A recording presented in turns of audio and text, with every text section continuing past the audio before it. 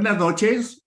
A nombre de la Fraternidad Médica por la Salud, Médicos Unidos por México, les damos la más cordial bienvenida este lunes 2 de octubre del año 2023.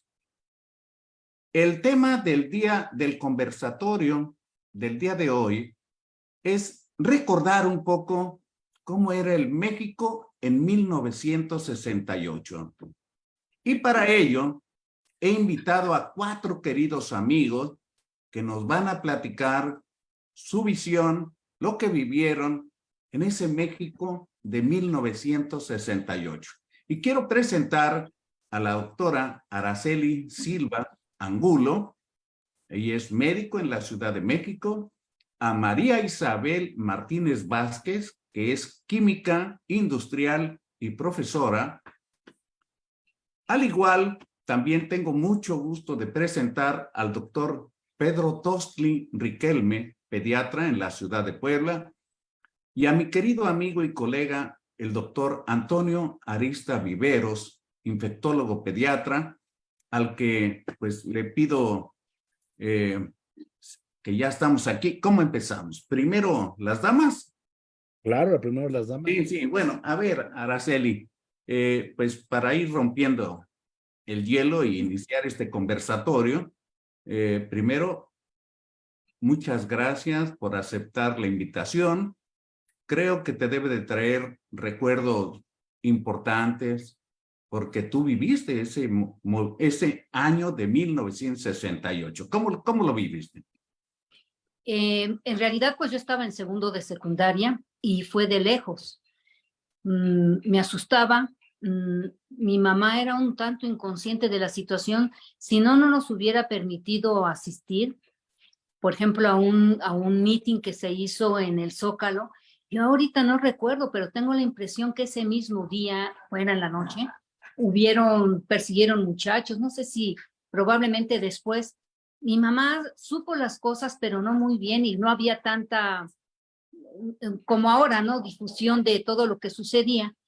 Y pues uno chamaco nos llevaba a la hija de una prima, y uno chamaco pues se emociona, ¿no? Yo estaba emocionada, pero a la vez a la expectativa, y también con todo el desconocimiento de lo que eso era. Y cuando me fui enterando de lo que sucedió, que no tiene nombre, pues por supuesto despertó mucha indignación, pero con el tiempo fui sabiendo cosas. Ahora veo, y por supuesto no lo comprendo creo que en su totalidad, no sé si algún día lo lograré, pero lo que pasa es que ahora los de la izquierda son los que se enarbolan el movimiento, y yo la verdad conozco gente que para nada, por principio ni siquiera tanta política, eran jóvenes idealistas, jóvenes que por supuesto ya con la represión sanguinaria que hubo, pues se aferraron más a principios. Y creo que otra de las cosas que sucedieron fue que fue mundial. Luego entonces por fuerza allí hubo una manipulación, sepa Dios de qué, y yo me imagino como alguien que andaba moviendo títeres. O sea, ¿cuántos estuvieron allá indignados con ideas, por supuesto, con principios, pero fue mundial? O sea, ¿cómo al mismo tiempo, cuando no había tanta difusión de cosas? Y por supuesto, yo veo que enarbolan mucho los de la izquierda, pero no todos eran de ideas izquierdistas. Lo que sí es que eran jóvenes con muchos, con valores, con deseos de hacer algo, con deseos de protestar contra las injusticias. Pero yo la llevé así, un tanto lejana. Me fui asustando cuando fueron pasando cosas. Muy Y bien. por supuesto, sí. Vamos a darle oportunidad. Ya ingresó aquí la química, Isabel Martínez, que me gustaría porque en 1968, pues la vida transcurría realmente muy diferente a lo que vivimos ahora. Muy diferente, lo digo, porque en aquel entonces, pues no había ningún respeto para los derechos humanos. Vivíamos en un país en el que en 1968 había venta libre de armas y no se veía que la gente anduviera armada por arriba y para abajo, como es ahora. Entonces, era como que, y había gente que era drogadicto y que delinquía, pero eran verdaderamente uno escasamente en la mayoría. La mayoría no era así. No sé, tú cómo lo veas, Isabel. Isabel. Buenas noches.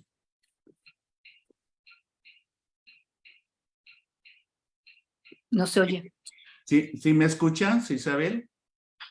No tiene encendido su audio. Bueno, no tiene encendido el audio. Toño, vamos a aprovechar para utilizar estos minutos que siempre en vivo pues son valiosos. ¿Tú cómo veías? ¿Cómo era tu vida? ¿Qué visión tienes de ese 1968? Era una vida muy inocente, la verdad, y recuerdo que la verdad era muy diferente como era ahora. Una enfermera del Seguro Social podía tener su carrito, las secretarias y demás. Eso se acabó, ¿eh? Se acabó con el paso del tiempo. Y en aquella época, efectivamente, Araceli tenía razón, era mundial. Había habido un movimiento en Francia, otro movimiento en Latinoamérica, Argentina, Brasil. Había una efervescencia de los jóvenes idealistas, porque estoy de acuerdo que no era un pensamiento totalmente comunista o socialista, no. La izquierda desafortunadamente se ha querido enarbolar este movimiento, bien dicho, pero no era así en aquel entonces. Yo conocí a muchos muchachos preparatorianos, universitarios, que tenían el ideal de que hubiese escuela para todos en lugares muy lejanos, en mexicanos que hablaban dialectos. Ese era en realidad el movimiento sano, inocente, ¿verdad? Y obviamente los derechos humanos ni siquiera existían, no existía ni el término de derechos humanos. De tal manera que también a mí me tocó vivir una época muy pequeña. Te comentaba hace unos momentos de que la anécdota que tengo más vívida y todos los días llego a acordarme de ella en ese sentido, no sé si salvé a ese muchacho o qué pasó. Resulta que yo iba en la secundaria anexa a la normal superior, muy cerca de la normal superior, en las calles de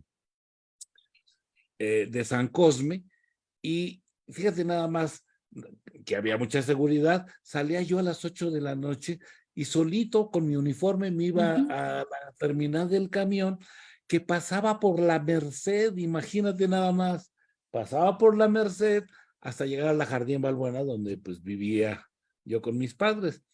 Resulta que esa vez había movimiento, pues los estudiantes de la normal, del casco de Santo Tomás, se veía ahí un movimiento generalizado, y resulta que tomo yo el camión y obviamente se oía, nos sacaron un poco más temprano, a las 6:30, y se oían los balazos, yo creí que eran cohetes, dije, qué chistoso se oye.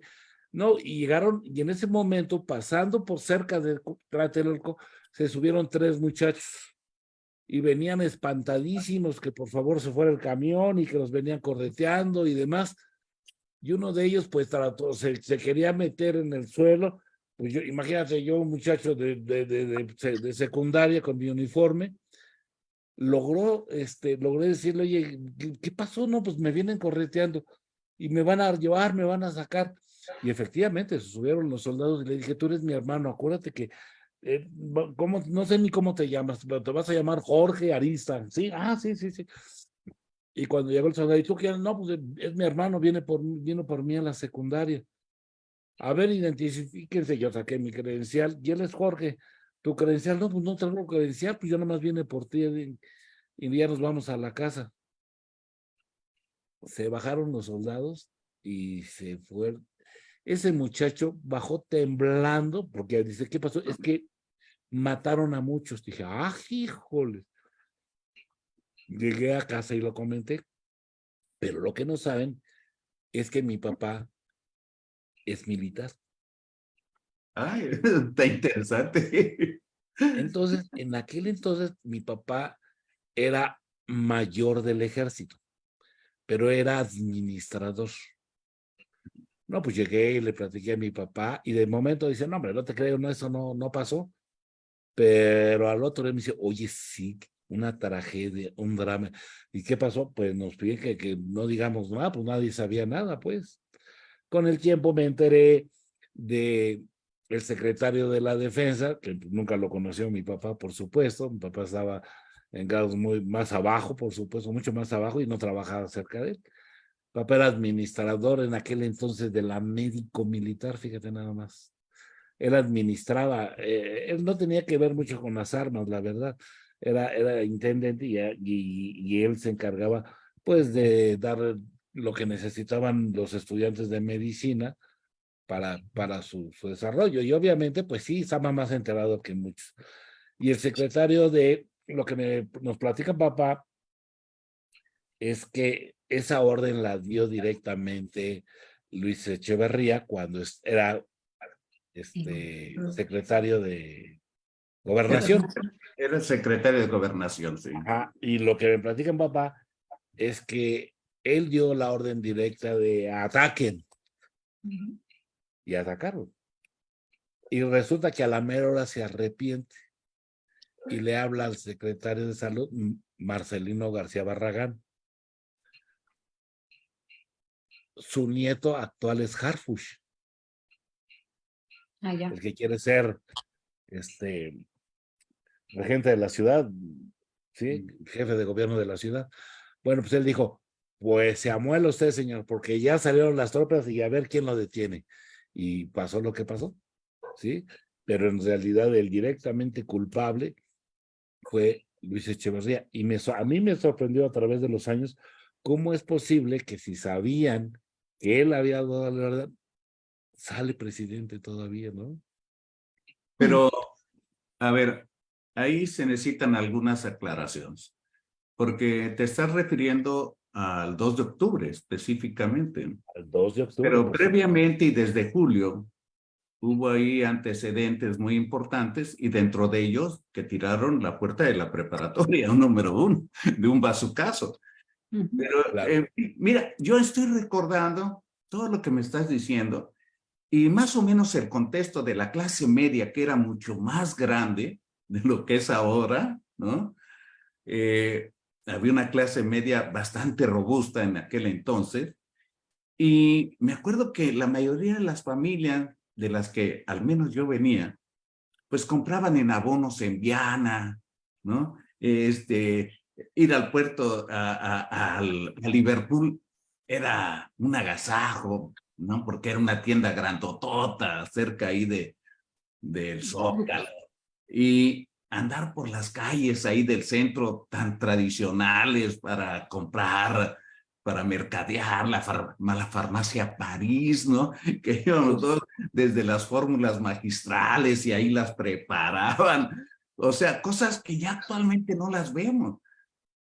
Y ese era ese México de 1968, cuando las familias decían, no, pues vénganse, vamos a un restaurante. El papá se tomaba una cerveza, le llevaban botanas y ahí compraban un pollo y comían en familia y había música en vivo.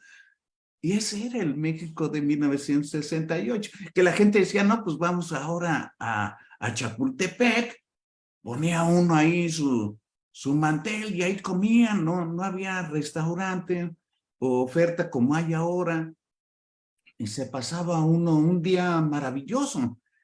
Y ese México tan cándido, que sí había gente que de repente robaba y todo, y desde que yo soy niño oíamos de los robachicos, que era muy común en esa generación de que a mí me tocó, que los papás decían frecuentemente, vente para acá porque va a venir el robachicos y te va a llevar. Entonces, ir a la Merced, ¿no? O ir a la Lagunilla, ir a Tepito, que siempre estaban llenos, teníamos que ir ahí, de la mano de mamá o de papá, porque pues teníamos miedo que nos robara el robachicos. Entonces, y creo que ahora se roban más niños que antes. La verdad, Mucho más, claro, claro. pero a lo mejor porque somos más. Pero en ese movimiento de 68, debería checar ahorita, voy a checar el dato, no sé cuántos millones de habitantes éramos, pero la Ciudad de México era impresionantemente grande, ¿no? Para lo que era un provinciano. Si un provinciano venía, se asustaba de ver acá lo que era la Ciudad de México. Y ya no digamos que se venían los diciembres, por ejemplo, ¿no? Y se iluminaba la plaza y había un montón de cosas que la gente no tenía miedo de salir en la noche, a asistir a una fiesta. La mayoría de la gente se transportaba, pues recién iniciado el metro, ¿no? En la línea 1 que a ti te tocaba, Araceli, porque pues, tú vivías en la colonia Moctezuma, por donde pasaba ahí la estación Moctezuma, precisamente de la línea 1. Y no sé, Isabel, si ya arreglaste lo del audio, para que tú nos hagas favor de decirnos qué recuerdas de 1968. No, no, no te oyes. Amiga, abajo. Ahora sí, Hola, Ok, ok. ya me escuchan. ahora ¿Qué sí. recuerdo de 68? Pues era una época más, donde se vivía más a gusto, más seguro, donde se disfrutaba cada momento que pudiera uno tener con la familia o con los amigos. En ese tiempo, pues yo también estaba en la secundaria. Lo que empecé a ver de 68 del problema estudiantil fue a través de mi hermano, el mayor. Mi hermano Gerardo, que estaba en ese tiempo en la vocacional, también era chico, pero al estar en la vocacional se estuvo contacto con los inicios del movimiento, y a través de él es como me empecé a enterar pues de toda la problemática y de todas las amenazas que tuvieron que vivir. Y pues ahora sí que había ya en pleno movimiento, ya cuando había persecución y eso, pues estar al pendiente que llegara mi hermano, pues no tan tarde, pensando que algo le pudiera suceder, porque le tocó correr, le tocó esconderse, y pues de alguna manera yo lo viví un poco lejos. Recuerdo que en una ocasión, por X circunstancias, sí fui al centro, y bueno, a mí me impresionó muchísimo ver los tanques, los soldados. Y pues dije, pues, ¿qué está pasando? Fue cuando ya me tocó, pues vivir el miedo, el temor, más que nada por la situación en que en algún momento se iba a encontrar mi hermano. Mi mamá, pues, lo apoyaba, mi papá no tanto. Mi papá siempre que era no meterse en líos, pero mi mamá sí apoyaba a mi hermano. En algún momento lo llegó a acompañar a una manifestación, perdón. Pero pues ahora sí que de lejos vi los toros, porque mi único acercamiento fue la ocasión que tuve de ir al centro y ver pues el Zócalo rodeado de soldados. Pero Oye, fuera de... te quiero preguntar, de esa vida que tú vivías, ¿tú tenías miedo de subirte un camión? No, ¿Tú tenías miedo de caminar por las calles? no, excepto ¿En de... algún momento pensabas que te iban a asaltar o te iban a faltar o te iban a secuestrar o a raptar o algo? Nada, nada de eso. El único temor que yo recuerdo es que la colonia del Parque, que es donde pasé esa etapa, había una persona, un muchacho, pues que ese ya andaba perdido por las drogas, y que le decíamos el marcianito. Y al marcianito pues lo veíamos, y cuando salimos de la secundaria, ay, córrele, camina prisa, porque ahí anda el marcianito, pero nunca se nos acercó, nunca nos faltó el respeto. Él andaba en su mundo, en su onda, y no, qué diferencia. Pues a mí me tocaba atravesar el parque que está aquí en Fray Servando y Congreso de la Unión, en ese tiempo Morazán. Será disfrutable, enormemente disfrutable, sin ningún pendiente. Se caminaba a gusto. Y además tenías ahí una explanada con árboles y todo gigantesca. Así es. Oye, Oye, Lalo, quiero decirte algo. Qué coincidencia, porque la química María Isabel y Araceli y yo vivíamos prácticamente en la ¿En la misma zona? colonia. Jardín Ujú. Balbuena, Moctezuma y la del parque, están pegadas. De hecho, Sí. yo fui a mis 3 años de primaria fue precisamente en Morazán, justamente. Oye, Ujú. y además era muy padre porque ahí el parque que está en Lindavista se utilizaba para la gente que hacía el servicio militar. No es Lindavista, ahí en No, Fray perdón, Servando, en Balbuena, en perdón, Balbuena, ajá, en ahí hice Balbuena. mi servicio social. Sí, mira, Y lo sé muy bien porque yo hice mi servicio social ahí. bueno, Yo tengo fíjate, anécdotas de esas de Lalo. Mi servicio militar, Yo yo perdón, ya también me hice también. mi estaba servicio ya. militar, también hice mi servicio militar. Fíjate que yo creí que por ser hijo de militar, pues ya la libré. La vida libre. Pues, ¿qué crees? Que el primer domingo, desvelado después de una fiesta, me toca a mi papá con el uniforme, ¿qué? A marchar. No, pero a marchar y a marchar. No. Bueno, te Imagínate. quiero decir que a mí me fue bien, ¿eh? Porque cuando llegamos el primer día nos forman y empezó como a pasar visita no sé, el sargento, el Lista se llama, comandante ahí, lista. a ver a cada uno de nosotros. Y yo estaba hasta atrás de la fila. Y entonces que me dice, tú vas a hacer, tú vas a estar aquí conmigo de, no sé, de sargento o cabo, alguna cosa así. Digo, pues bueno, está bien. ¿Y qué es lo que haces? No, pues yo estoy en la carrera de medicina. O sea, vas a estar en sanidad. No, pues padrísimo. Yo no anduve marchando ni cargando fusil. Que la pasé Ah, a todo dar. Pero bueno, eran otros tiempos. Eran En- otros. Oye, en ese tiempo había que lo de bola blanca, bola negra, ¿no? En el Sí, caso sigue del existiendo. servicio. Sigue existiendo, ¿no, Toño? sí, sigue existiendo y a mí no me dio oportunidad mi papá. Tú vas y ni modo, man, pues ya ves. No, pero Pues, no. además había una opción de que te encuartelaban y te llevaban y toda la cosa, ¿no? Claro, si querías ser paracaidista o qué, tropa de asalto, órale, te ponían entrenamiento durísimo.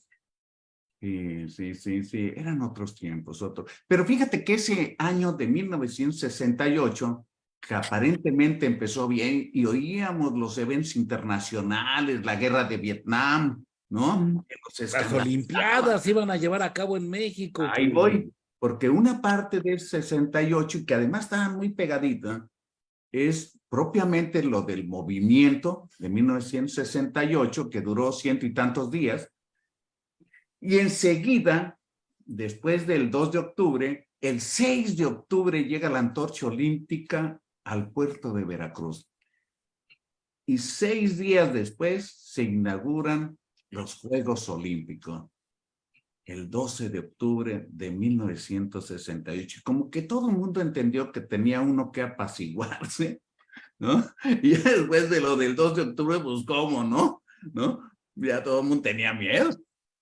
Pero no sé qué impresión tengan ustedes de toda la efervescencia de el movimiento estudiantil que, entre otras cosas, nació por un pleito entre escuelas, ¿no?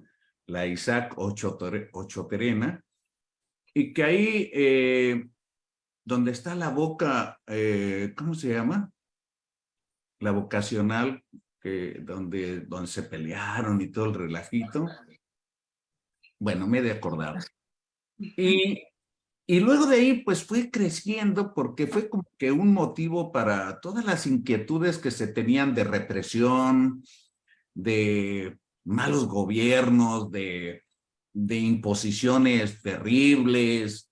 Y bueno, pues claro que también repercutían en los trabajadores, que también fueron un apoyo muy fuerte a los estudiantes. Había un antecedente en 1965 con el paro médico, el movimiento de médicos, en el que desfilaron para exigir mejora, que ya nos tocaron a algunos de nosotros cuando nos tocó ser médicos ya, eh, porque eran más explotados que lo que me tocó a mí.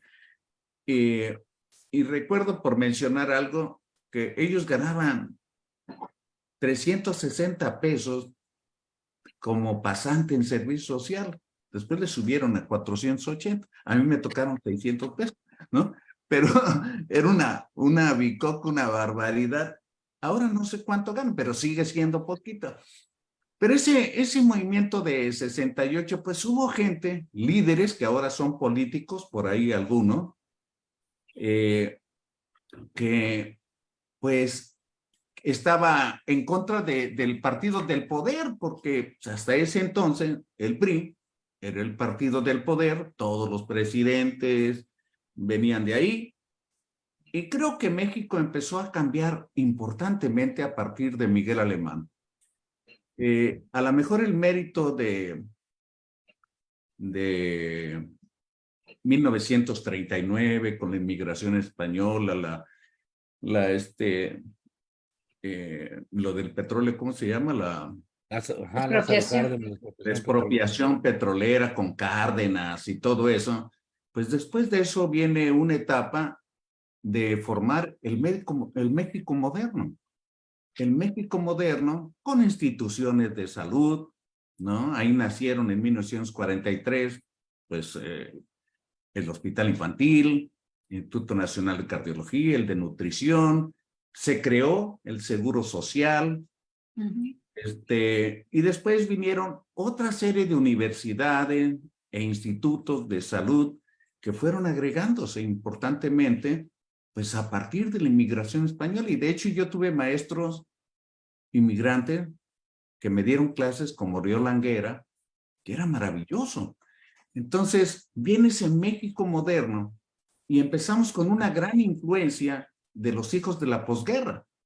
O sea, todos aquellos que estaban luchando, que fueron la generación que nacieron durante la Guerra Mundial o enseguida de la Guerra Mundial, y que fueron los que fueron impulsando por esa necesidad de encontrarse a sí mismo y darse cuenta que la vida podía acabar en cualquier momento, pues una tendencia hippie y todo eso, el LSD, y que tuvo mucho auge durante 1968, en el que nacieron además muchos grupos musicales, que era así como que la base del rock. Y ahí pues inició Alex Lora, ampliamente conocido, y otros grupos más, era la música cándida de Enrique Guzmán, Angélica María, y toda esta serie de cosas. Era un México, había muchas corridas de toro, había como que la gente en general no vivía tan mal y estaba contenta, no había tanto descontento, excepto por las condiciones laborales y los bajos sueldos en algunas ocasiones por cosas muy específicas. Pero, ¿cómo lo ven ustedes? Así, haciendo un panorama amplio, de cómo ves esa dicotomía del México de 68 entre el movimiento de 68 y las Olimpiadas. Bueno, mira, yo lo recuerdo bien que hasta eso, pues estábamos chicos. Nos tocó vivir indirectamente el movimiento del 68, pero llegó una fiesta. Era la fiesta de las Olimpiadas. Yo creo que todos los que vivimos en la Ciudad de México disfrutamos mucho esa fiesta. Había mucha seguridad, obviamente. Los atletas, yo me acuerdo, estaban muy bien cuidados. Había posibilidades de comprar boletos y entrar más fácil a los eventos. Era una época, en términos generales, excepto por ese problemita, era una época feliz, ¿sí? En aquel entonces estaban los Beatles, ¿verdad? Estaba Jim Morrison con los Doors, ¿verdad? En fin, era una época muy importante para el rock, porque quiero que sepas que de ahí salió las nuevas tendencias musicales hasta la fecha, ¿no? Esa fue la base de ese rock que era muy criticado por los adultos, incluyendo mis padres y mis abuelos, decían que era música del diablo, música de locos. Ahora parecen valses comparado con lo de ahora, ¿no? El reggaetón y eso, no, hombre, nada, nada que ver. Pero era una dicotomía, como bien dices tú, entre lo agradable que nos tocó vivir a niños que éramos nosotros, ¿sí? Y el movimiento. Uno, conforme iba creciendo, cuando entrabas a la prepa, pues decías, no, el 2 de octubre, no se olvide y demás, pero en realidad, en sí el movimiento directamente, pues no nos tocó con nuestros primos, con nuestros hermanos más grandes, que ellos en cierta forma lo vivieron. Yo no tengo hermanos más grandes, yo soy el más grande, pero lo veía con mis primos, ¿no? Que realmente sí estaban muy imbuidos con ese movimiento. Y cuando llegó la Olimpiada, como que a todos se nos olvidó después de la Olimpiada. Y año con año ya fue tomando incluso más fuerza, porque hubo otro movimiento, si tú te acuerdas, que se dio enfrente En el 71. en el 71, ya directamente con el Chevrolet, en donde también hubo mucha represión, ¿eh? Sí, sí, Y, sí. y Mira, obviamente ¿qué les ahí parece? fue, sí, Sí, perdón, ¿qué les parece que les muestro algo y platicamos de lo que les voy a mostrar? ¿Les parece? vale. Ok, de acuerdo. Bueno, esta es la razón por la que estamos aquí, pero previamente había habido una manifestación de médicos en 1965 por los logros laborales. El médico estaba explotado y luego ya fueron apoyados los médicos por los trabajadores, los obreros. Y luego, en julio de 1968, entre una riña de dos pandillas y un grupo de estudiantes, desencadenó el movimiento estudiantil de México. Fueron 146 días que miles de estudiantes se manifestaron en diferentes escenarios y que culminó con una trágica matanza en la Plaza de las Tres Culturas de Tlatelolco, la noche, mejor dicho, la tarde-noche del 2 de octubre. Pero desde antes del 2 de octubre se veían tanques en la Plaza del Zócalo, la gente molesta, enardecida, hasta que el día 30 de julio del año 68, con una brutal represión para los que estuvimos ahí, pues de repente nos tiran la puerta de un bazucazo en la Escuela Nacional Preparatoria número 1. Las calles alrededor estaban sitiadas de camiones de granaderos, helicópteros volando y los soldados, como se puede ver, con armas largas y bayoneta.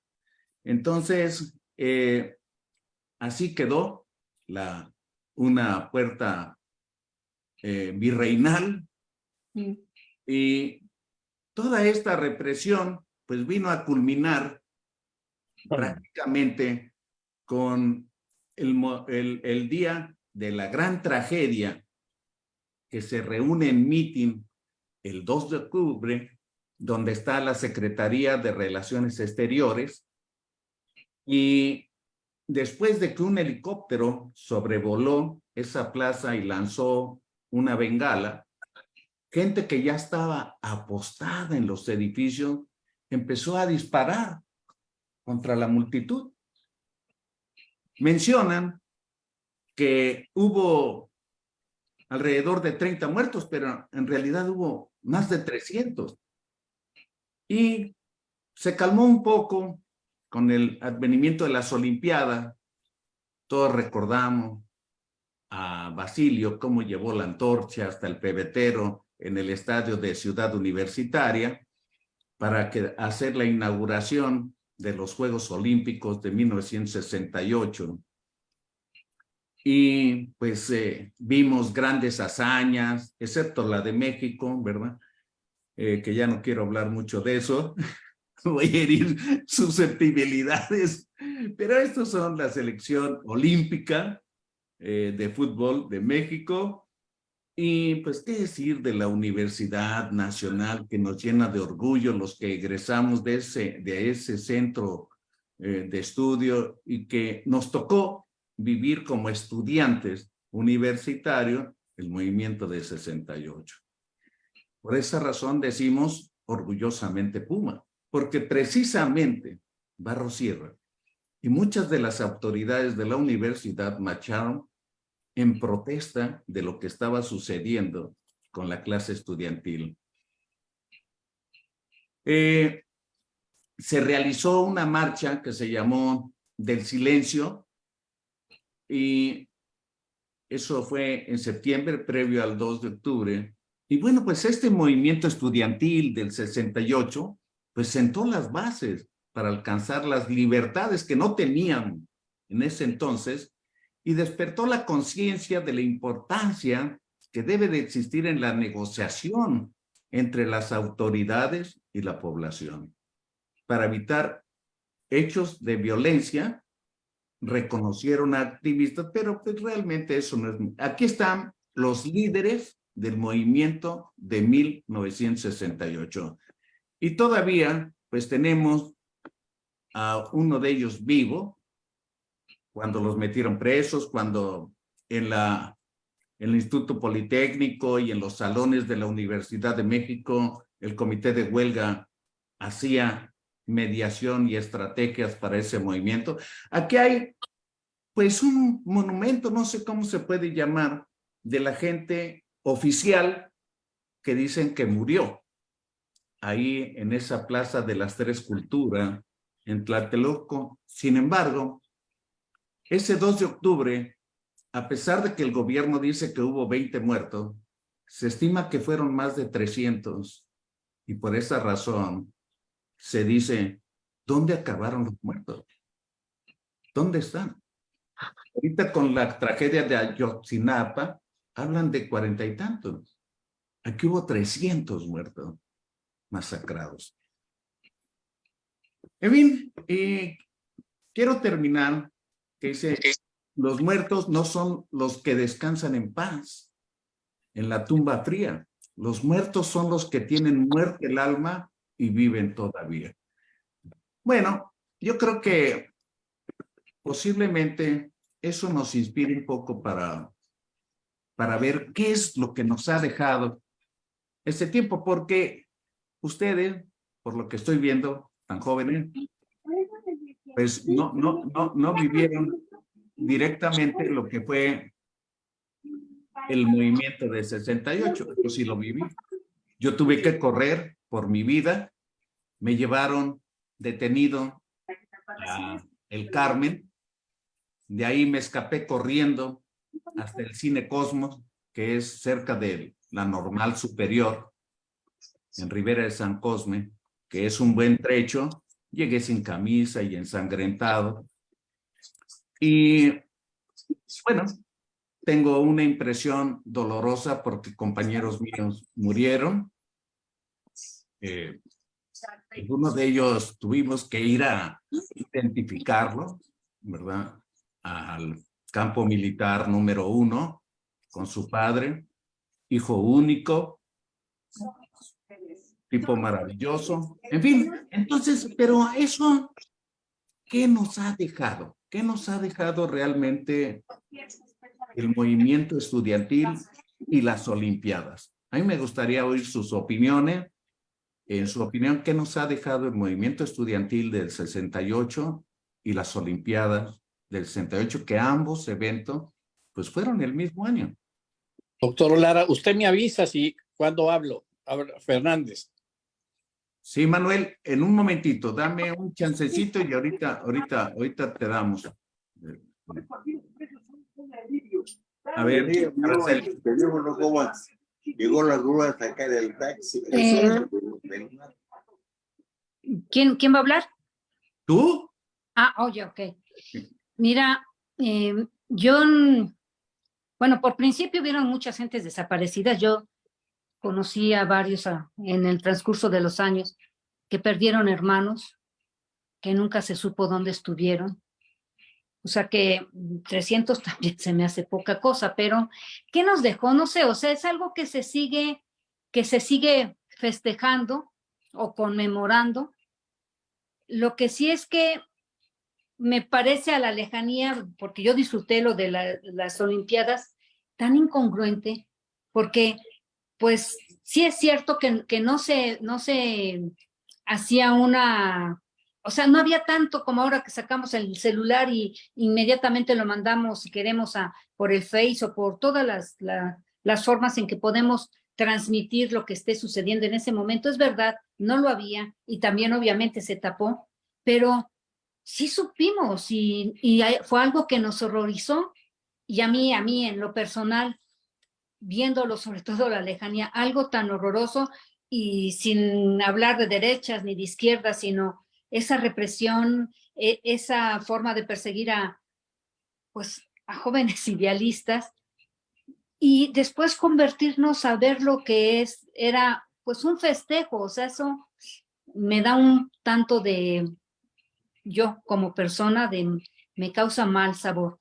Y de otra forma de estarlo, me parece bien que se conmemore por decir esto no debe volver a pasar, pero sin hacerlo más como se maneja, aprovechando cada quien para su bandera, porque son cosas que no deben de pasar, eh, como ninguna, volver a las desgracias de las guerras, pero hay guerras que también se hacen en silencio y creo que el ser humano puede ser muy bueno y también muy malo.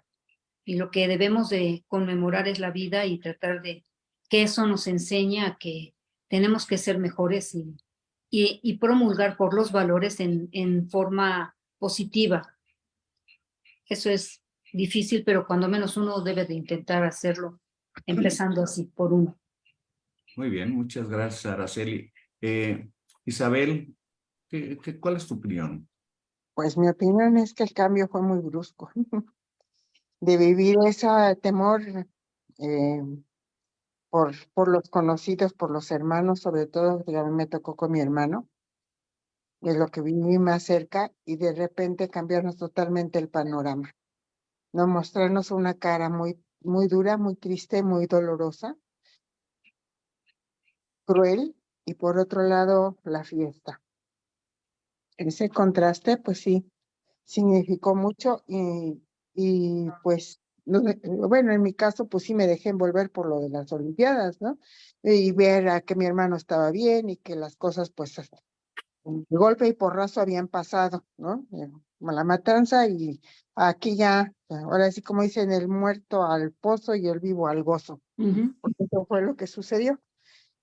Eh, y ya nos dejamos envolver por lo de las Olimpiadas y como que pasó a, pues, a un segundo término la tragedia que se había estado viviendo, que definitivamente marcó la diferencia de lo que era la vida antes del movimiento del 68 con los eventos que tú nos mencionas, precursores a esa vivencia, y cambiaron totalmente el panorama. Nosotros cuando fuimos estudiantes, cuando nos tocó estar en la prepa, yo desconocía que tú hayas tenido pues esa experiencia de vivir en carne propia la persecución y el ataque de los que se supone nos deberían de haber cuidado, pero lo que yo viví en la prepa para mí fue una etapa muy bonita. Creo que de mi época de estudiante fue indudablemente la más rica en experiencias agradables, pero que sí nos marcó y a la distancia lo veo y cada año sucede cuando llega esta fecha de ver, recapitular lo que en ese momento se vivió, lo que nos tocó después y como dice bien Araceli, pues entender de manera más clara, más concreta para nosotros que vivimos en ese tiempo, de que hay personas muy malas, pero también hay personas muy, muy buenas que pues debemos, a pesar de que en algún momento se condenó y se castigó y se trató de matar el idealismo, no debemos de perderlo. Tenemos que seguirlo teniendo presente, nos tiene que seguir manteniendo con el entusiasmo y el amor a la vida y pues también tratar de ser mejores, no caer en ese bache o en esa idea de que tajante esto lo rechazo y lo ataco o esto lo aplaudo porque lo considero bueno, sino tener una mente abierta y permitir aceptar y reconocer que hay gente buena en diferentes medios en diferentes pensar, pero hay gente buena. Y creo que es algo que, pues con el tiempo y con los años nos vamos aprendiendo y vamos aceptando. Muchas gracias. Mi querido tocallito, ¿tú qué opinión tienes? Bueno, esta represión jamás se debe volver a repetir. Y lo que ahora que se conmemora cada año esta fecha, pues es ver también y Permíteme, no se conmemora, se recuerda. se recuerda, tienes Exacto. razón, se recuerda. El problema es de que mucha gente, mismo gente que lideraba este movimiento, después lo encontramos en los partidos políticos, en donde se veía más la incongruencia. Entonces, en primer lugar, que no se vuelva a repetir este tipo de eventos y mucho menos en represión en jóvenes, y especialmente estos que eran idealistas.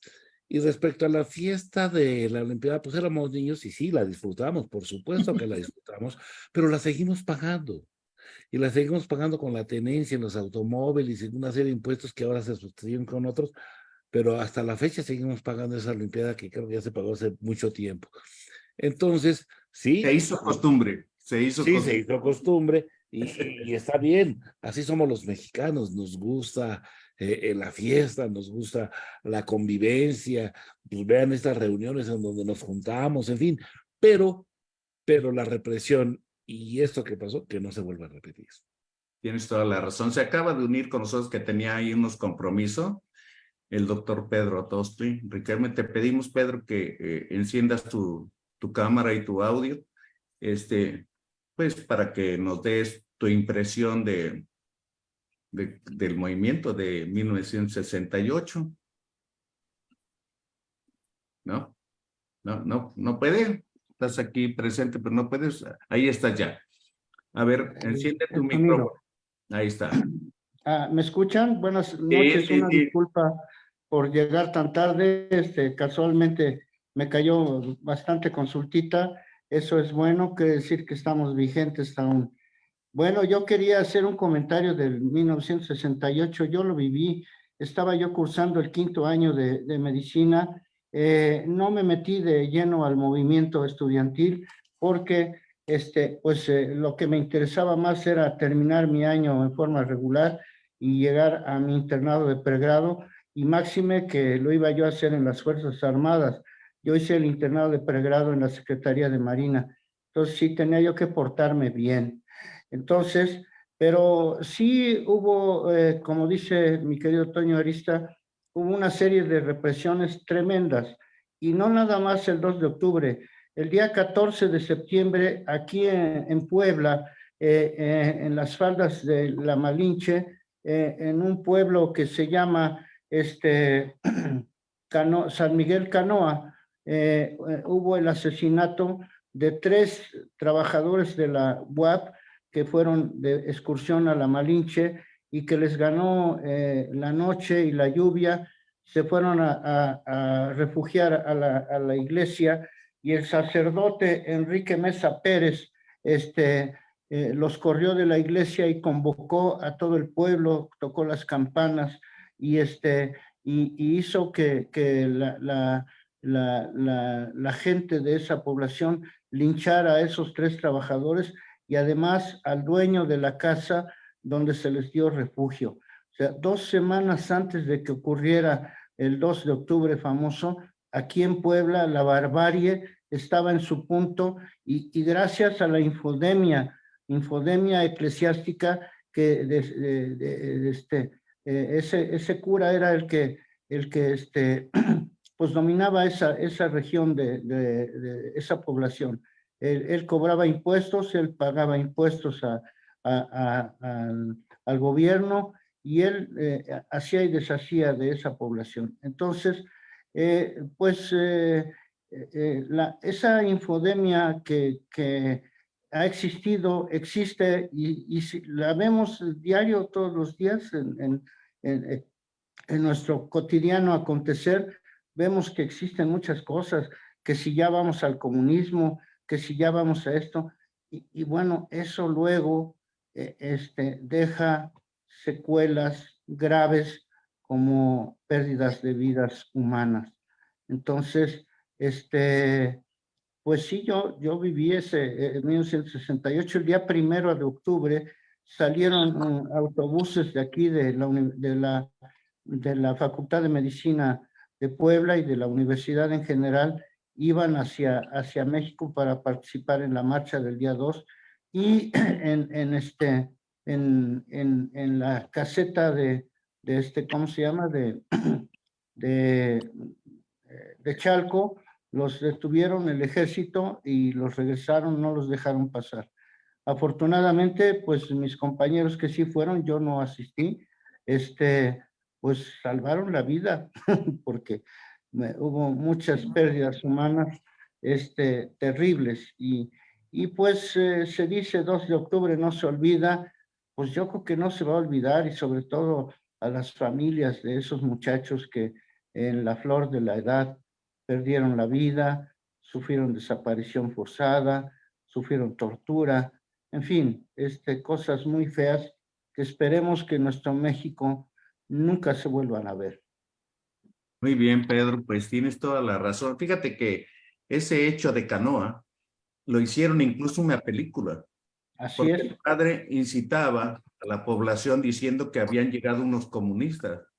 Y en así ese es, entonces decir que eras comunista, pues era lo peor que podía suceder. Y esa fue claro. la razón por la que los mataron. Qué triste y qué daño puede hacer una información inadecuada, el mensaje inadecuada de un líder, cualquiera que éste sea.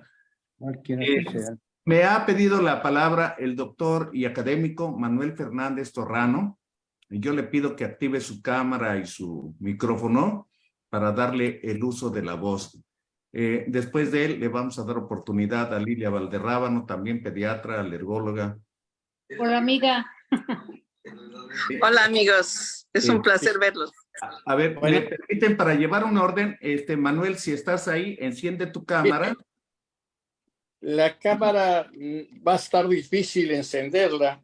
Es que mira, como es un video que se está grabando, si no enciendes la cámara, se va a ver el video solamente en oscuro. Hay que ponerle 20 centavos.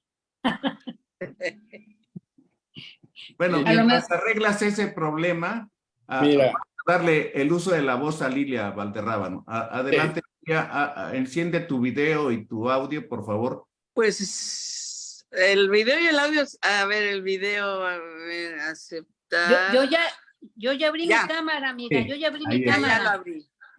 Mucho gusto, es un placer verlos, unos amigos queridos. Araceli, como siempre, doctor Lara Pérez, excelente, como siempre. Es recordamos un momento difícil, triste de nuestro país, en donde yo considero que el presidente Gustavo Díaz Ordaz, que era el presidente en turno, de la manera más artera, mandó al ejército a los muchachos que no tenían nada, que no estaban haciendo ningún daño, y sin embargo no hizo nada y mató a todo lo que pudo. Es triste, es terrible, pero gracias a Dios nosotros estamos vivos, que somos de sobrevivientes. Bueno, no es que yo sea muy chiquita, ¿verdad? Si viví el 68, no estoy recién nacida, pero no me tocó. Araceli y yo estábamos en secundaria. Cuando sucedió éramos unas eso. bebés. Entonces todavía no nos tocó vivirlo tan fuerte, pero tengo un hermano que estaba en la vocacional, al que corretearon, y muy calmado. Él no iba a nada de ese tipo de meetings, sin embargo le tocó ser correteado y gracias a Dios se salvó. Pero esto fue una situación totalmente fuera de control, de una mente absurda, empezando por el presidente, que él dijo: asumo todo lo sucedido en el problema de los estudiantes y todos los que van abajo. Creo que esto no se vuelve a repetir. Esperemos que no volvamos a permitir que esta situación llegue. Y por lo pronto, pues todos somos sobrevivientes. Es un placer volverlos a ver. Muchas gracias. Igualmente. Muchas gracias por tu comentario. Quiero decir que esa decisión del ejército era una decisión totalmente desmedida, Sí, con Claro. tanques de guerra, con helicópteros, con armas largas, con... No, totalmente. Francotiradores. lo que Bueno. no hacen en la guerra, a ver que se vayan a la guerra, a ver si así lo hacen. Pues ellos capaz, pero el presidente que hubiera ido. Y el de gobernación. Ahí nos hacía falta la persona que dice que abrazos, no balazos. Así hubiera sido. Eso se los hubiéramos ido a decir, pero bueno, no. Muy bien, pues Manuel Fernández. Mira, Eduardo, lo que pasa es que me dice iniciar video que me tiene bloqueado el hospedero, que eres tú. De tal manera que A ver, inténtalo. Mano negra, mano negra. no me quiere. Ahí estás ya. Creo que ahí estás porque estás muy Sí, oscuro. sí, lo vi, yo lo vi, doctor. Sí, A ahí ver. estás. O nos A ver, está ahí poniendo un Ahí está, filtro ahí está, ahí está. para que nos Bueno, des miedo o algo. Miren ustedes, es que no hay luz aquí en Villahermosa, no pagué la luz. Miren ustedes, mi esposa y yo estudiábamos en la Facultad de Medicina de la UNAM en 1968. Y los dos éramos, mi esposa de Poza Rica y yo de Tabasco.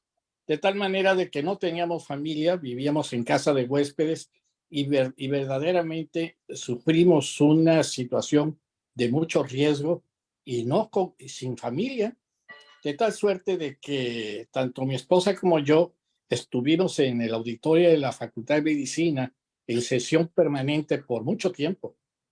Y no nada más eso, yendo a la Facultad de Medicina, en lo que es la Avenida Universidad, encontramos en una escuela de clase alta, a las niñas y niños, más bien niñas, porque eran de puras niñas, formadas en la pared y los soldados frente de ellos apuntando, no disparando, pero apuntando a estas muchachitas que eran niñas de segundo, tercero y cuarto de primaria y de secundaria. No había preparatoria. De tal manera de que nosotros entendimos que la situación no era fácil. Llegamos un día afuera de la facultad de la ciudad universitaria y ahí, solo porque un taxi y que mi mujer traía dinero, porque en esa época no tenía mucho, ahora tampoco, pagó y nos sacó de esta zona que era de alto riesgo. Yo creo que en esa época, como un año, 6 meses antes, se estuvo calentando el ambiente desde el punto de vista si México tenía una tendencia maoísta o trotskista. Y ahí esas condiciones de ser comunistas de estas dos posiciones hizo que se fuera calentando las cosas. Yo creo que el señor Díaz Ordaz, porque para mí no es mi presidente ni fue mi presidente, este señor junto con Luis Echeverría, en un proceso de cambio de gobierno y de mantener el poder de una manera bastante inadecuada y con una mala intención tremenda, generaron toda esta situación. Yo discrepo, maestro Lara, de dos pandillas. Yo creo que esas pandillas fueron adrede establecidas para prender la mecha del proceso. Y ahí se inició las cosas. Por primera vez en este país, tanto la universidad como el Politécnico y el resto de las escuelas preparatorias como universitarias se unieron para combatir la situación. A mí me parece verdaderamente atroz. Yo tengo un hermano de armas de mi papá, que era el general Ernesto Gómez Tagle, que era el comandante del Batallón Olimpia. Y el Batallón Olimpia fue la cabeza de playa que Marcelino García Barragán mandó a Tlatelolco. Ellos infiltraron y pusieron en las azoteas a soldados de ese Batallón Olimpia que traían en la mano derecha un guante blanco y así se identificaban. No fue casual ni fue nada de que no se hubiera dado. Y efectivamente, como dice mi estimado amigo el doctor Lara, cuando vieron la magnitud de lo que estaban haciendo, porque el general Gómez Tagle le informó a Marcelino García Barragán: señor, esto es un infierno. Y le dijo: usted aguante usted, porque Gómez Tagle era teniente coronel, no era general. Y todavía más, al término del proceso, todo el batallón subió un grado o dos, excepto Gómez Tagle, porque dio muestras de humanismo, de haber comentado que era una desgracia esto. Yo, finalmente, yo quiero decir que en este país, bueno, las Olimpiadas para mí no tuvieron verdaderamente ninguna intención. Yo, como el doctor Toksky, no, yo lo que quería era estudiar. Para mí, para mi esposa, representaba un serio problema financiero tenernos estudiando en México. De tal manera que las Olimpiadas, yo me fui a Tabasco y ella se fue a Poza Rica. Pero en Tabasco mandaron a un general Hernández Toledo con más de 400 soldados a tomar la plaza de Villahermosa, porque ahí se levantaron los universitarios contra el movimiento de las gentes del 68, y con un solo desfile, sin haber tirado una sola bala, aplacaron a los estudiantes en Tabasco. De tal manera de que yo creo que es una época de tristeza, de mucha tristeza, porque calentaron las cosas de tal suerte de que sabían ellos que iba a suceder. Antes, como bien dice el doctor Toksky y el doctor Lara, hubo movimientos estudiantiles de medicina y de médicos ahí en el 20 de noviembre, ahí fue una barbaridad, porque ahí llevaron a personal de la central de abasto con verduras y con fruta podrida a tirar de los médicos el 20 de noviembre, del hospital 20 de noviembre. No fue verdaderamente ni Díaz Ordaz ni Luis Echeverría tuvieron ninguna piedad para poder sacar adelante un problema que nunca lo llevaron a una mesa de discusión. Todo lo que se discutió, todo lo que se platicó o se medio discutió, medio platicó, fue mentiras. Nunca aceptaron las cosas.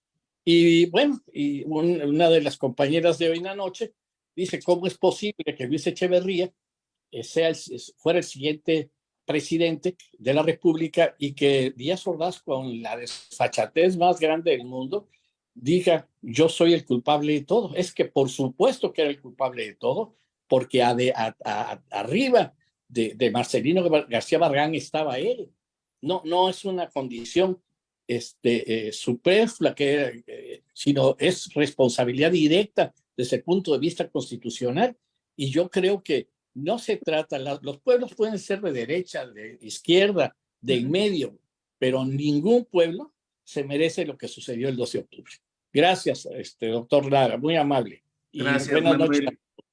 Gracias, Manuel, por tu comentario. Fíjate que la doctora Fabiola de Campeche dice, he devorado cada libro que habla del 68 desde que estaba en la secundaria, pero nada se compara al escuchar sus anécdotas de viva voz. Muchas gracias por hacer este conversatorio, que la memoria no se olvide, que el movimiento no se olvide, porque toda esa sangre joven derramada dio pie a muchos cambios para bien en México. Hoy ser joven y estudiante es un privilegio. En ese entonces era un delito. Bueno, solamente durante el movimiento de 68, voy a hablar un poco a título personal, que no debería de ser, pero como veo que soy de los más antiguos, el más antiguo, me gana Toksky, pero yo viví muy directamente el movimiento de 68. Y para muchos que veníamos de familias de clase media, llegar a la preparatoria, a la universidad, en ese entonces era un gran privilegio. Yo trabajé desde muy joven y para poder sostener ahí mis estudios sin un respaldo familiar, pues era muy difícil. Yo estoy muy agradecido con médicos actualmente, puedo decir hasta su nombre, porque Sergio García Ruiz, qué lástima que no entró, era hijo de un gran médico y dirigente de la Secretaría de Salud. Y él me pasaba sus libros para que yo pudiera estudiar en la Facultad de Medicina. La Facultad de Medicina en aquel entonces cobraba 50 pesos el semestre y nunca pude tener los libros del Testí, que eran los libros de anatomía, porque costaban 300 pesos los 3 tomos. Era una barbaridad de dinero. Los zapatos de medicina costaban 30 pesos y un uniforme con filipina y pantalón eran otros 30 pesos. Entonces, era un tiempo en que eso que suena muy barato, en realidad era muy difícil para muchos de los que estudiamos en la Universidad de México. Claro que había gente bien, pero en ese movimiento de 68 era un gusto cuando se reunía uno, empezamos a juntar el dinero que teníamos o lo que habíamos ganado y nos íbamos a un café de chinos a comer ahí las flautas, tomar café y el pan de chinos que era delicioso. Y ese era más o menos el vivir de muchos de los que vivimos eso. Tuve compañeros como Julie Furlong, que al futuro se hizo artista y pues famosa. Conocí cuando ingresó Verónica Castro, que fue, creo que es de tu generación, Araceli. No, es un poco más antiguo. Bueno, pues yo me acuerdo cuando ella entró y le hicimos la flor de primavera, la flor de mayo, ahí en la Escuela Nacional Preparatoria. Y otro amigo que acabo de ver en Torreón, Esteban Rodríguez, espero no quemarlo mucho, pero teníamos una buena relación en aquel entonces porque anduvo noviando con la hermana de Verónica Castro. Y esa era más o menos nuestra vida de estudiantes. Pobrecito. ¿Perdón? Pobrecito. Sí. Y de repente viene el bazucazo, me toman detenido. Ay, qué susto. Nos llevaban en los camiones de los granaderos. Como no había esposas para todos los estudiantes que íbamos allí, en un camión íbamos cuando menos 40, de esos que no tienen puertas, es una banca larga de lado a lado. Y llegamos al Carmen, que está muy cerca de la preparatoria, número 1 en San Ildefonso, entrada por Justo Sierra, que es la puerta que tiraron además. Y de ahí nos llevaron al Carmen, que estará como a 6 o 7 calles. Y ahí en el Carmen estaba formada una fila de granaderos con las manos entrelazadas y hacían un camino para entrar ahí a la delegación. Cuando nos iban bajando, yo le dije a mi querido amigo Alejandro Yandiola que yo me iba a escapar, que yo no iba a entrar ahí al Carmen. Él no quiso seguirme y yo me aventé con fuerza entre dos granaderos y rompí. Ahí lo hice que se separaran y oía balazos. Entonces, de repente sentí algo. Uno de ellos con el casco me había pegado en la cabeza. Y corrí del Carmen para que el que no sepa, yo creo que Toño Arista lo tiene muy claro, pero corrí del Carmen al Cine Cosmos, que es donde está la Escuela Superior de Maestros, en la calle. Circuito Interior y San Cosme. Así es, Circuito Interior y San Cosme. Han de ser un buen de kilómetros. Cuando llegué ya no tenía camisa, estaba todo desangrado ahí, me sangraba la cabeza y otros golpes. Y una señora que iba con un niño pequeño y una muchachita adolescente, me dice, niño, vete a tu casa, toma un taxi. Eso quiero. Digo, sí, pero pues no tengo dinero. Y entonces sacó un billete de 10 pesos, que era mucho dinero. Y dice, mira, vete en un taxi a tu casa. Y nadie me quería levantar de los taxis, simplemente porque era estudiante, no tenía camisa y estaba lleno de sangre. Yo creo que había una buena razón para que no me quisieran levantar, hasta que uno dice, pues yo te llevo, donde vivía mi familia, dice, pero siempre y cuando te tires en el piso del asiento de atrás. Y así lo hice. Claro que al llegar a la casa familiar, pues mis hermanas, que fueron las primeras antes que mi madre de verme, pues era un griterío y luego mi madre, pobrecita. Ahí. Cuando me estaban curando, yo me quedé dormido. O sea, no sentí nada. Quiere decir que me he de haber gastado toda la adrenalina que debo de haber producido hasta ese momento y me quedé dormido. A los días regresé donde vivía Alejandro Yandiola, que vivía en el pasaje Catedral, que está exactamente atrás de la catedral y une dos calles. Había un restaurante ahí de españoles. Y la parte de arriba vivía la familia Yandiola. El papá, al verme, me preguntó por Alejandro. Y yo le dije que no sabía dónde estaba, que habíamos estado juntos hasta el bazucazo y todo eso. Y me pidió que lo fuéramos a buscar porque él ya lo había buscado. Y llegamos al campo militar número 1. Y ahí encontramos a Alejandro con un hoyo por una bayoneta que lo atravesó. Terrible. Y bueno, en ese momento, pues hay una serie de cosas, sentimientos terribles. Y a veces hasta en las películas dicen, yo sé en qué momento me hice hombre y por algún evento así, pero en ese momento yo necesitaba ser hombre. Ya no podía volver a ser niño. Y decidí mi vida como la he vivido, sin caer en las tentaciones de ser cómplice de alguien que no tiene escrúpulo, de alguien que toma decisiones para su beneficio a pesar de que perjudique a otras personas. Pero creo que son, ahora me doy cuenta, algunas reglas de la política común y corriente. Y la única manera de guardar tributo a la gente que, pues de alguna manera, involuntariamente se vuelve un mártir, ¿no? Que pierde la vida tempranamente cuando tenía un futuro, pues pienso yo, maravilloso, y que muere, pues es recordarlos, qué hacíamos, cómo jugábamos, cómo íbamos a clases juntos, cómo nos íbamos de ahí a la biblioteca que estaba cerca de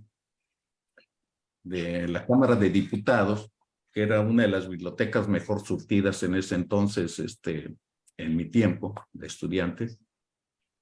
Y en fin, así es como yo recuerdo el movimiento de 1968. Y pues definitivamente, claro que no se olvida, al menos para mí. Y no solamente no se olvida, sino que me cambió la vida, mi forma de pensar y de ver las cosas. Y yo creo que eso es lo que a mí me ha marcado. No sé si ustedes quisieran, porque, híjole, creo que me mandé hablando, pero pues un mensaje así final. Pedro, adelante. Me conmueven tus palabras, Lalo.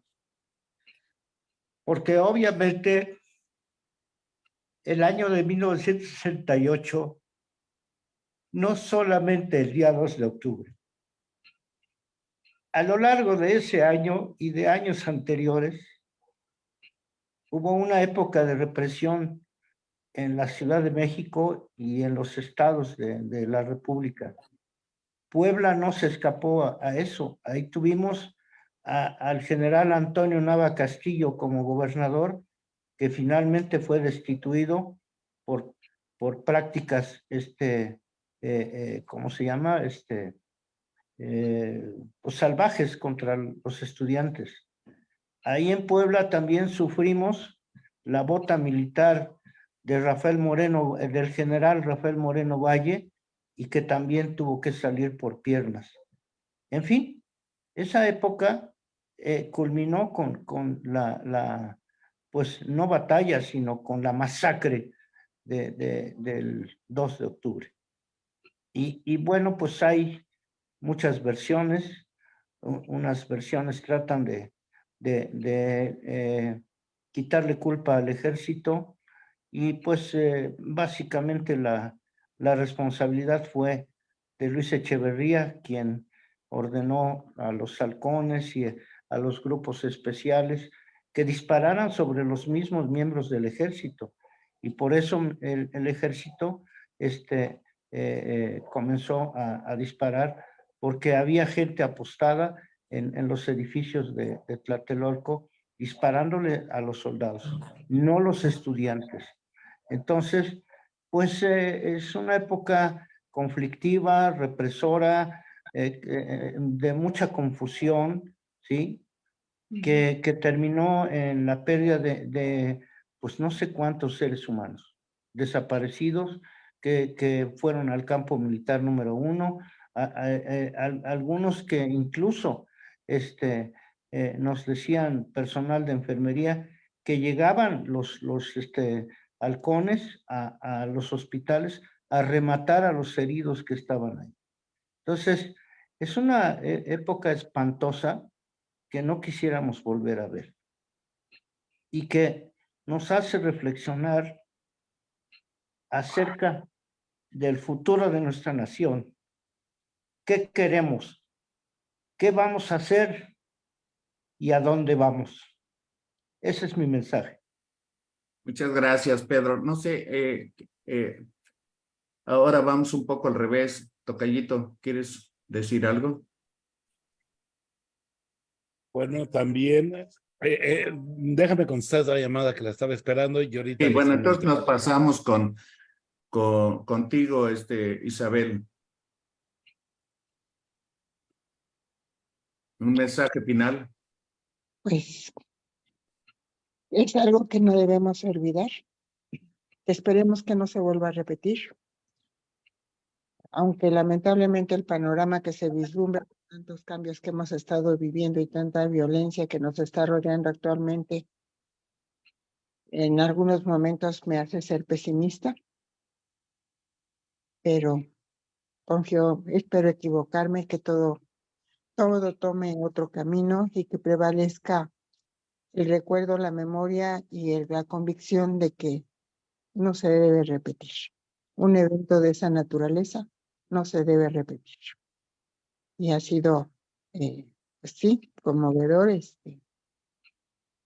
escuchar pues tantas vivencias, tus vivencias, y siempre me llegan.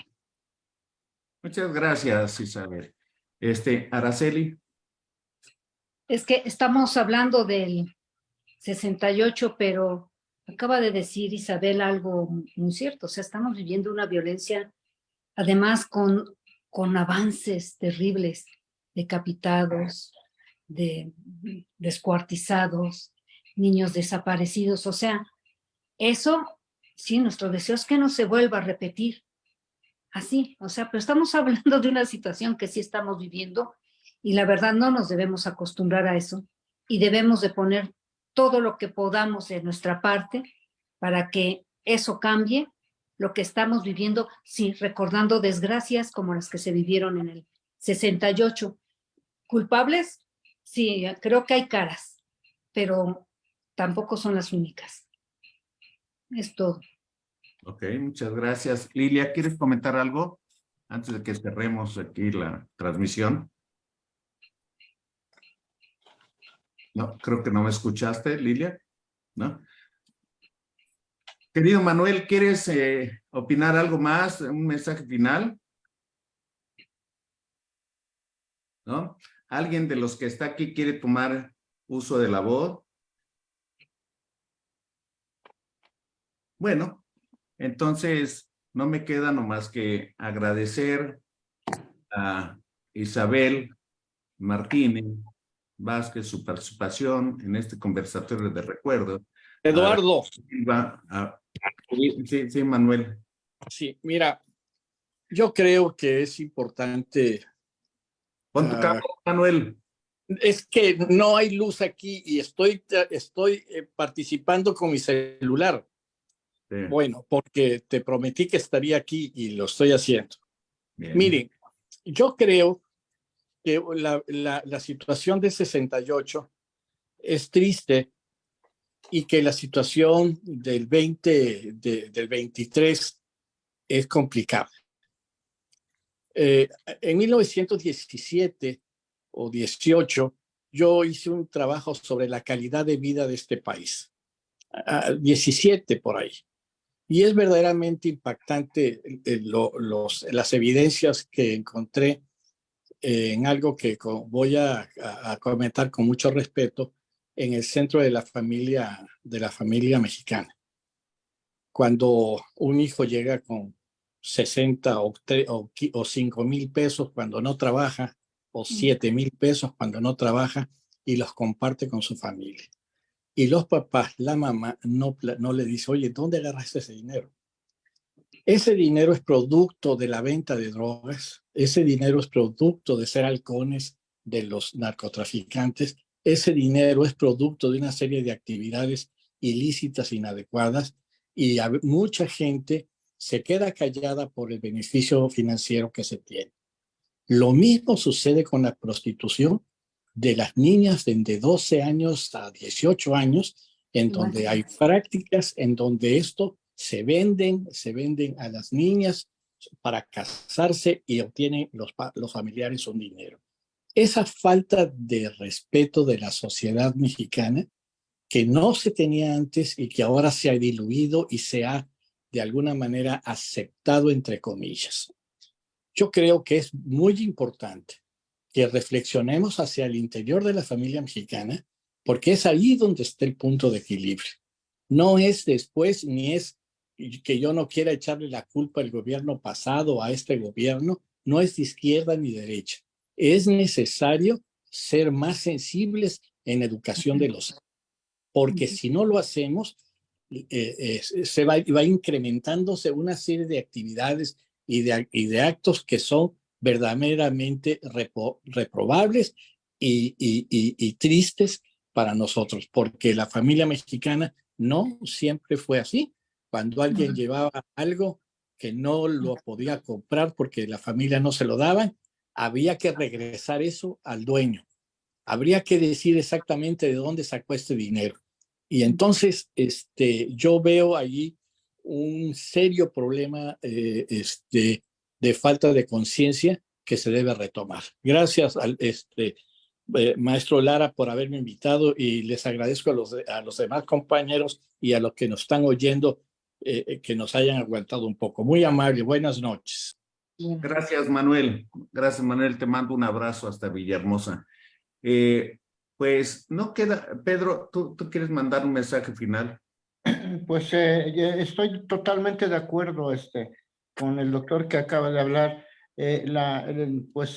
Yo creo que el salvavidas de nuestra sociedad es la familia, el rescatar los principios de honorabilidad, de decencia, de honradez, de ganar el pan con el sudor de la frente en la familia.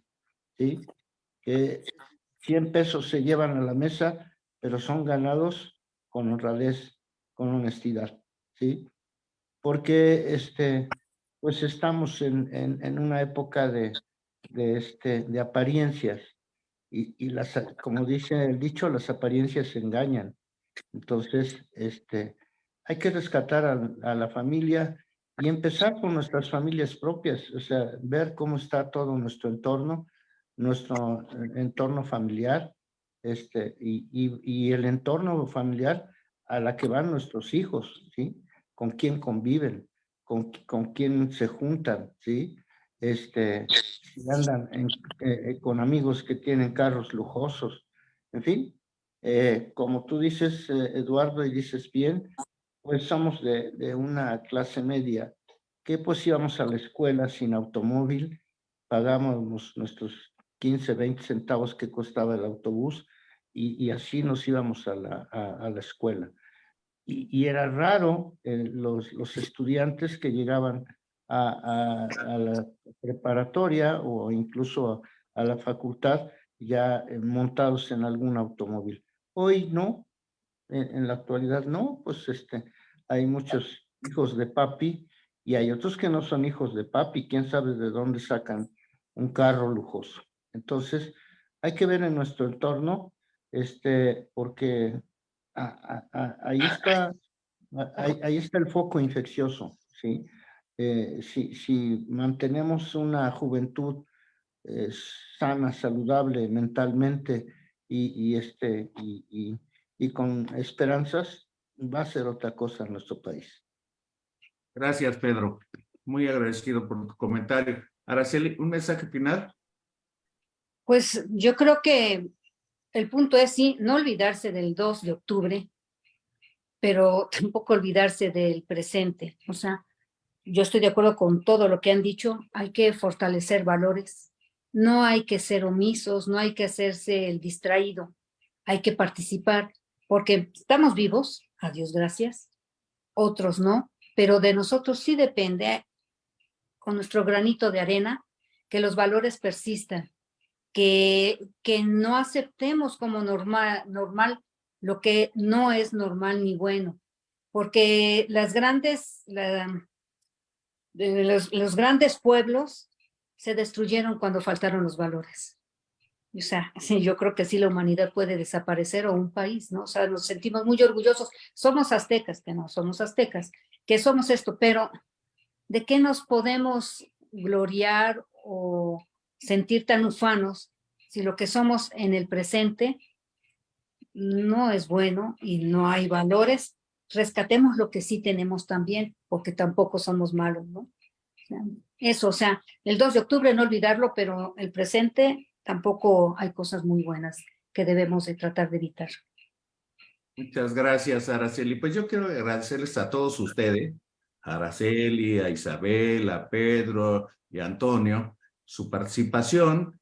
Y como remate final, yo quisiera decir que existe alguna razón por la que algunos de nosotros que somos sobrevivientes estamos aquí y ahora. El recordar a aquellos con los que nos topamos en nuestro tiempo de vida, tal vez la única cosa es que recordamos cómo eran y no envejecimos juntos, ni tampoco compartimos los problemas actuales. Pero estoy convencido que tenemos mucho que hacer porque la vida es breve, fugaz y única. Y no tenemos que andarla desperdiciando con cosas que no nos llenen de felicidad y amor. Unamos la familia, unamos los vínculos y la amistad, pues que sea para siempre.